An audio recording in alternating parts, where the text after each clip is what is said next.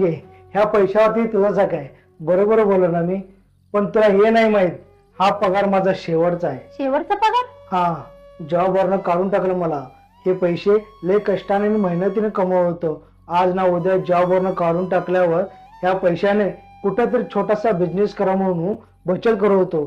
तुला तर काय फालतू खर्चच करायचं माहित आहे. कोण म्हणाले मी फालतू खर्च करते म्हणून? थांबा, हे घ्या तुमचे 4 लाख रुपये. 4 लाख रुपये? तुम्हाला काय वाटते मी महिन्याला पैसे घेते म्हणजे मी माझे फालतू खर्चासाठी नाही घेत. मी पण ह्या पैशाची बचतच करत होते. फक्त मीच नाही तर सगळे स्त्री करत असतात, वाईट वेळेत थोडं मदत होईल म्हणून. अहो, एक सांगते ऐका, सुखात आनंदानं राहायचं आणि वाईट वेळेत साथ द्यायचं हेच बायकोचं हक्क असते.